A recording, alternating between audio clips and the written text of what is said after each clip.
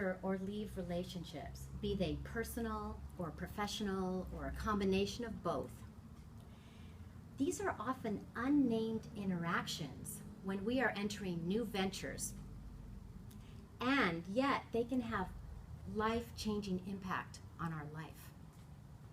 I will touch on a few critical factors that both make those work and not work so well, and leave you with some ideas on how you can be more intentional when you enter and when you leave.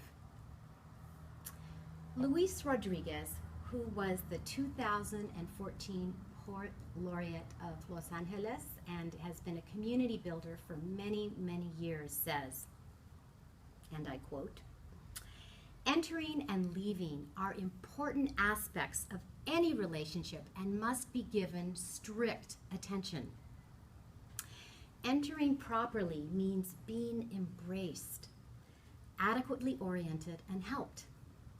Leaving properly means moving on without any outstanding issues, rancor, or feelings of unfinished business."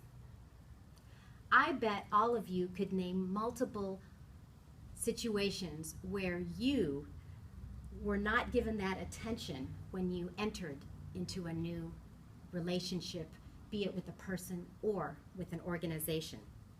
And some of that fallout may still live inside of you. You can probably more easily think of that than to think about the times that perhaps you might not have entered a relationship or allowed someone to enter into some group that you're in with the kind of strict attention that Luis talks about. So let's look at entering first. Entering means being embraced. What a powerfully intimate image. For me, it brings up the idea of belonging. What is it that makes us feel like we belong in a group or with other people?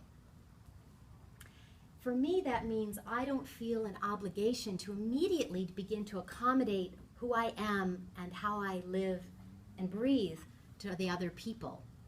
And it also means that I do not ask that of other people.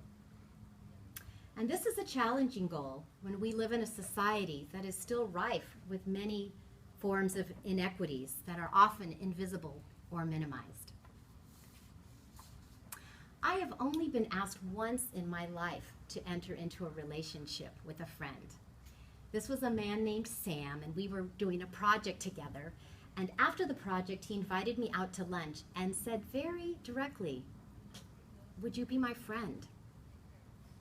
This really touched me because I'd never had that happen before, and I loved his intention.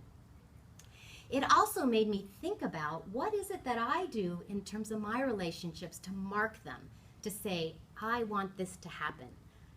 I want to be a member of this club. I want to be part of what you are doing in the world.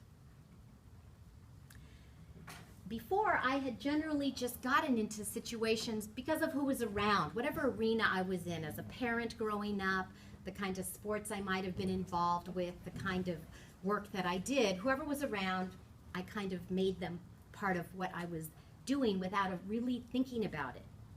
But now I agree with the Spanish idiom which says, "Mejor sola que mal acompañada," which is better alone than poorly accompanied.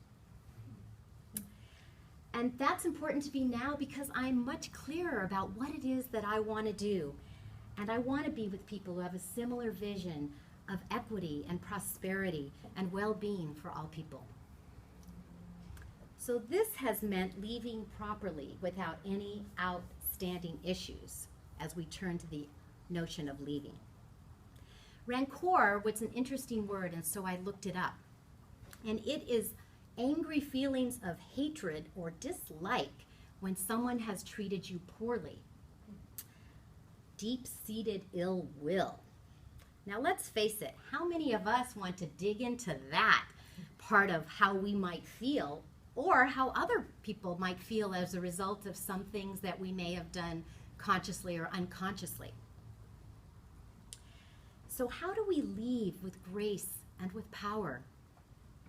For me, it means walking out the front door which is where I came in, instead of sneaking out the back because I am uncomfortable with what might have happened to me or what I might have had in terms of my the way that I have interacted with other people. To do that, I have to leave the front door by retracing my steps and noticing what might be unfinished. And that really requires that strict attention that Louise talks about. As we know, leaving is just as intimate as entering. And when I looked at my most unpleasant leavings, the pattern that emerged was directly related to my process of entering. Therefore, I invite you today to reflect on how to enter, and if the time comes, how is it that you leave properly? We do it all the time. Every room, every office that we come into is a moment of attention.